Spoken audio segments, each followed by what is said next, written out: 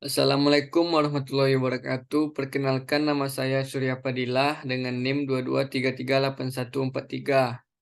Baiklah, saya akan mempresentasikan tentang klasifikasi material teknik. Yang pertama adalah logam. 1. Material teknik logam. A. Besi ferros. Terbagi menjadi baja karbon, baja paduan, baja tuang, baja spesial, dan lain-lain. B. Non-besi atau non-ferros. Terbagi menjadi aluminium dan paduannya, tembaga dan paduannya, seng dan paduannya, nikel dan paduannya.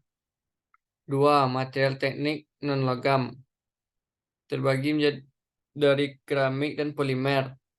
3. Material teknik komposit. Klasifikasi logam dan non-logam dalam industri teknik mesin umumnya dibagi menjadi dua kategori besar, yaitu logam ferros yang mengandung besi dan logam non-ferros yang tidak mengandung besi. Berikut penjelasan dan contoh unsur dan aplikasinya. 1. Logam ferros. Logam ferros adalah logam yang mengandung besi sebagai komponen utama. Kategori ini mencakup baja atau iron alloy yang mengandung besi dan karbon, dan besi tuang atau iron alloy yang mengandung besi, karbon, dan silikon. Contoh beberapa unsur dan aplikasinya yaitu A. Baja karbon. Contohnya Fe dan C. Unsurnya besi atau Fe dan karbon atau C. Aplikasi baja karbon digunakan dalam pembuatan komponen mesin seperti roda gigi, poros, dan rangka mesin. B. Baja paduan, contohnya Cr dan Ni. Unsurnya kromonium atau Cr dan nikel atau Ni. Aplikasinya, baja paduan digunakan dalam pembuatan alat-alat tahan aus dan korosi seperti pisau, peralatan medis, dan struktur bangunan. 2. Logam non-ferros. Logam non-ferros adalah logam yang komponen utamanya tidak mengandung besi. Jenis logam non-ferros yang umumnya adalah aluminium atau Ai, magnesium atau Mg, tembaga atau Cu, seng atau Zn, nikel atau Ni, timah hitam atau Pb, timah putih atau Sn, dan logam mulia. Aplikasi logam non-ferros. Aluminium digunakan dalam pembuatan komponen ringan dan tahan korozisi dalam mesin seperti bodi pesawat terbang, kerangka sepeda motor, dan wadah makanan. Tembaga atau Cu digunakan dalam pembuatan kabel listrik, heat exchanger, dan komponen elektronik. Tembaga berlapis emas atau CuAu digunakan dalam komponen elektronik dan peralatan presisi. Tembaga berlapis perak, Cu dan Ag, digunakan dalam kontak elektrik dan peralatan elektronik. Tembaga berlapis nikel, Cu dan Ni, digunakan dalam pembuatan kunci dan peralatan korosi.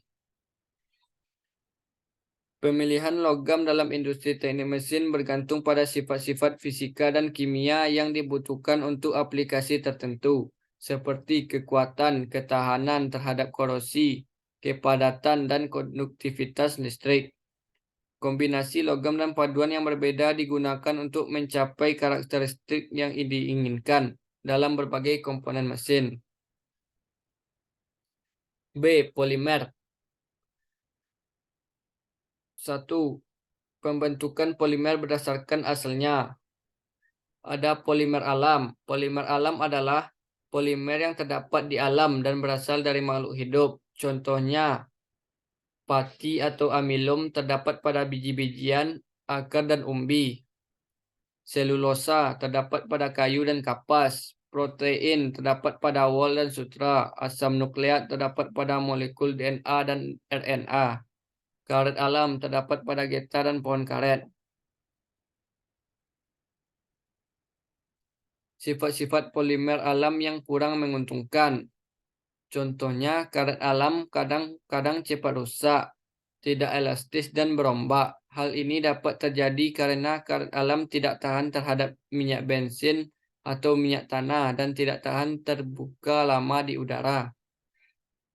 Sutra dan wol merupakan senyawa protein bahan makanan bakteri, sehingga wol dan sutra cepat rusak. Umumnya, polimer alam memiliki sifat hidrofilik atau suka air, sulit dilebur dan sulit dicetak, sehingga sangat sulit mengembangkan fungsi polimer alam untuk tujuan-tujuan yang lebih luas dalam kehidupan sehari-hari.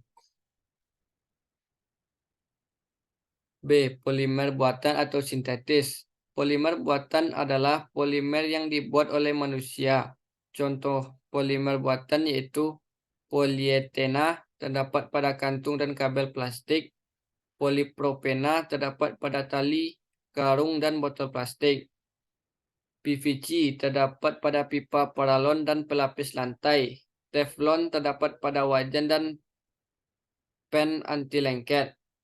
Dakron terdapat pada pipa rekam magnetik, kain atau tekstil.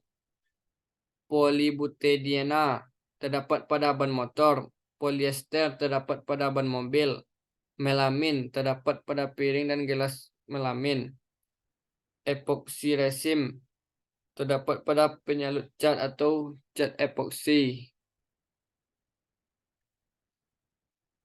Penggolongan polimer berdasarkan proses pembentukan.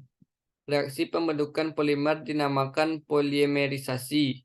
Adalah reaksi penggabungan molekul-molekul kecil atau monomer yang membentuk molekul yang besar atau polimer.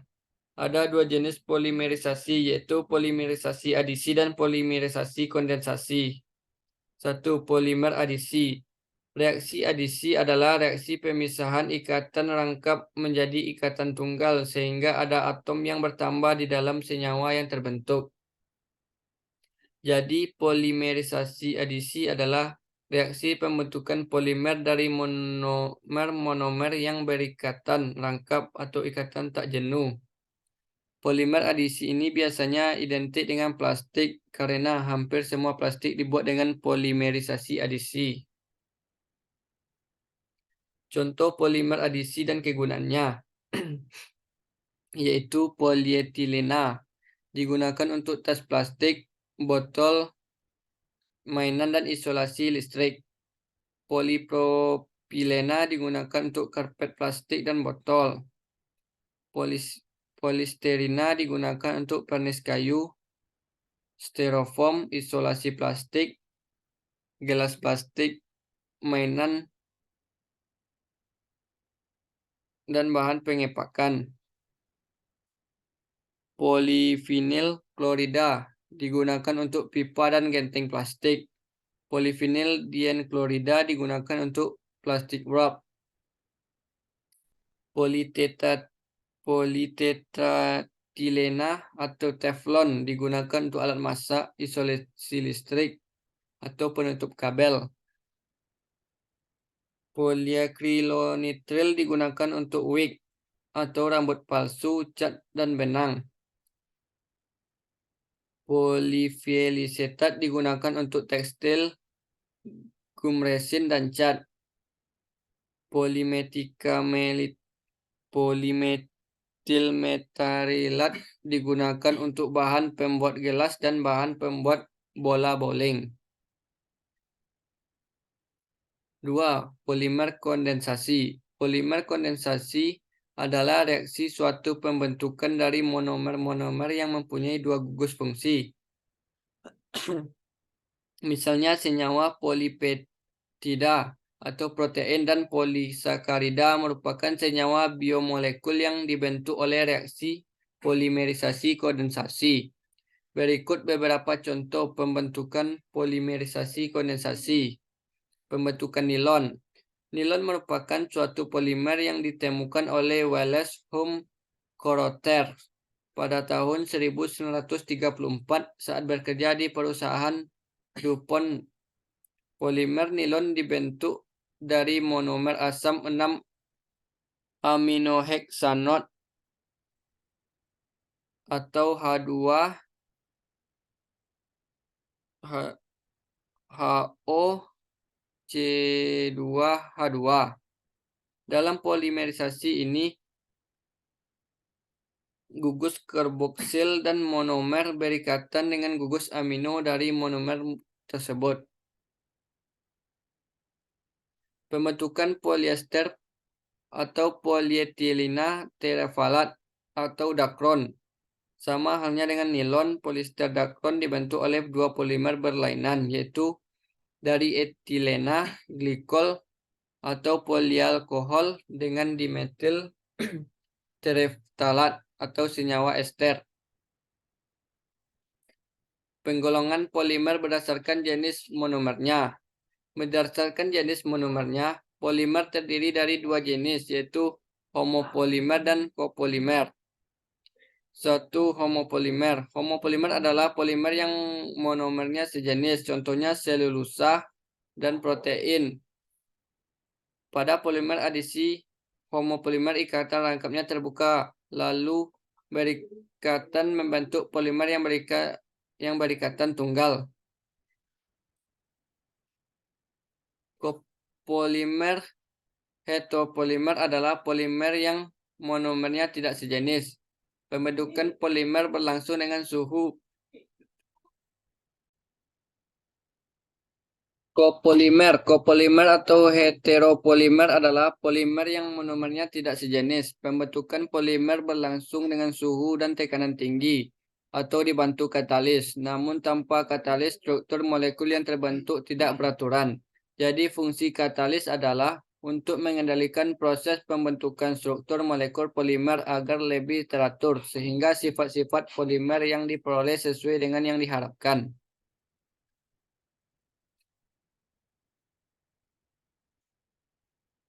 Penggolongan polimer berdasarkan sifatnya terhadap panas. Berdasarkan sifatnya terhadap panas, polimer dapat dibedakan menjadi dua, yaitu polimer termoplas dan polimer termosting. Satu, polimer termoplas. Polimer termoplas adalah polimer yang tidak tahan panas. Polimer tersebut apabila dipanaskan meleleh atau melunak dan dapat dilebur untuk dicetak kembali atau didaur ulang. Contohnya polietilen, polipropilena, dan PVC. Polimer termosting. Polimer termosting adalah polimer yang tahan panas. Polimer tersebut apabila dipanaskan tidak akan meleleh dan sulit didaur ulang. Contohnya melamin dan bakelit. B. Polimer buatan. Dalam kehidupan sehari-hari, kita banyak menggunakan polimer buatan. Beberapa contoh polimer buatan yaitu karet sintetis, serat sintetis, orlon, dan plastik. Karet sintetis. Dengan semakin meningkatnya kebutuhan akan ban mobil dan motor, para ahli kimia organik telah mengembangkan pembuatan karet sintetis untuk mempercepat perolehan kebutuhan tersebut. Karet sintetis tersebut dibuat dengan menggunakan bahan dasar monomer seperti butadin dan stirena dengan cara kopolimerisasi. Serat sintetis. Kapas merupakan serat alam yang merupakan polimer dari karbohidrat atau selulosa dan polimer dari protein, wol, dan sutras, sama seperti karet. Serat memiliki polimer sintetis, yaitu nilon dan polyester atau dakron. Dakron atau tetoron merupakan polyester. Polimer ini sangat kuat, lentur, dan transparan. Polimer ini juga digunakan untuk membuat sintetis dan membuat lembaran film tipis yang dalam perdagangan disebut mylar. Orlon. Orlon merupakan polimer adisi dari monomer akrilonitril. Polimer ini merupakan serat sintetis yang digunakan dalam tekstil sebagai campuran wol, karpet, dan kaos kaki. Plastik. Plastik merupakan polimer sintetis yang paling populer karena banyak digunakan dalam kehidupan sehari-hari. Kegunaan polimer. Plastik polietilen talat atau PET. Plastik PET merupakan serat sintetik polyester atau dakron yang transparan dengan daya tahan kuat, tahan terhadap asam, kedap udara, fleksibel dan tidak rapuh. Dalam hal penggunaannya, plastik PET menempati urutan pertama. Penggunaannya sekitar 72% sebagai kemasan minuman dengan kualitas yang baik. Plastik PET merupakan polyester yang dapat dicampur dengan polimer alam seperti sutra, wool, dan katun untuk menghasilkan bahan pakaian yang bersifat tahan lama dan mudah perataannya.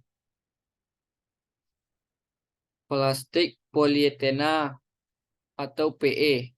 Terdapat dua jenis plastik PE yaitu low density polyethylene atau LDPE dan high density polyethylene atau HDPE. Plastik LDPE banyak digunakan sebagai bahan dasar membuat mainan anak-anak, pipa yang kuat, tangkai korek api gas, badan radio dan televisi, serta piringan hitam. Polivinil klorida atau PVC. Plastik PVC bersifat termoplastik dengan daya tahan kuat. Plastik ini juga bersifat tahan serta kedap terhadap minyak dan bahan organik. Ada dua tipe plastik PVC, yaitu bentuk kaku dan bentuk fleksibel. Plastik bentuk kaku digunakan untuk membuat konstruksi bangunan, mainan anak-anak, pipa PVC atau paralon, meja, lemari, piringan hitam, dan beberapa komponen mobil. Adapun plastik bentuk fleksibel jenis ini digunakan untuk membuat selang plastik dan isolasi plastik. Dalam hal penggunaannya, plastik PVC menempati urutan ketiga dan sekitar 68% digunakan untuk konstruksi bangunan atau pipa saluran air. Plastik nilon, plastik yang bersifat sangat kuat, tidak mudah rusak dan halus ini banyak digunakan untuk pakaian, peralatan kemah, dan panjat tebing, serta peralatan laboratorium. Karet sintetis. Karet sintetis banyak digunakan untuk membuat ban kendaraan karena memiliki kekuatan yang baik dan tidak mengembang apabila terkena minyak atau bensin. Wool. Wool adalah serat alami dari protein hewani atau keratin yang tidak larut. Struktur protein wool lentur menghasilkan kain dengan mutu yang baik. Namun kadang-kadang menimbulkan masalah karena dapat mengerut dan dalam pencucian. Oleh karena itu, wool dicampur dengan PET untuk menghasilkan kain yang bermutu baik dan tidak mengerut pada saat pencucian. Kapas. Kapas merupakan serat alami dari bahan nabati, selulosa, yang paling banyak digunakan. Hampir 50% pemakaian serat alami berasal dari kapas. Kain katun dibuat dari serat kapas dengan perlakuan kimia sehingga menghasilkan kain yang kuat, enak dipakai dan mudah perawatannya. Keramik. Keramik adalah material anorganik dan non-metal. Umumnya keramik adalah senyawa antara logam dan non-logam. Untuk mendapatkan sifat-sifat keramik biasanya diperoleh dengan pemanasan dengan suhu tinggi. Keramik terdiri dari dua jenis, yaitu tradisional dan modern. Keramik tradisional biasanya dibuat dari tanah liat, contoh porselen, bata ubin, gelas, dan lain-lain. Keramik modern mempunyai ruang lingkup lebih luas dari keramik tradisional dan mempunyai efek dramatis pada kehidupan manusia, seperti pemakaian pada bidang elektronik, komputer, komunikasi, aerospace, dan lain-lain. Ikatan atom pada keramik umumnya ikatan ion, walaupun ada sebagian yang mempunyai kovalen. Struktur kristal. Ikatan atom ion, atom bermuatan positif atau atom logam atau kation. Atom bermuatan negatif atau non-logam atau anion. Contoh, kalsium fluoride, atau CaF2, cation atau Ca plus, dan anion atau F-.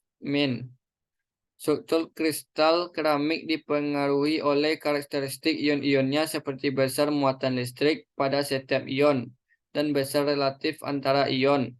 Kristal keramik akan stabil jika anion yang mengelilingi kation jika semuanya bersinggungan dengan kation. Komposit. Komposit adalah material multifase yang dibuat oleh manusia. Fase tersebut secara kimia tidak sama dan dipisahkan oleh permukaan atau interface yang jelas. Minimal komposit terdiri dari dua fase. Satu disebut metrik, yaitu fase kontinu, dan metrik dikelilingi oleh fase kedua yang disebut fase dispersi. Sifat-sifat komposit ditentukan oleh fase induk atau matriks, jumlah relatif dan bentuk geometri fase dispersi atau bentuk geometri fase dispersi seperti bentuk dan ukuran partikel, distribusi, dan orientasinya. Demikianlah presentasi saya. Saya tutup dengan Assalamualaikum warahmatullahi wabarakatuh.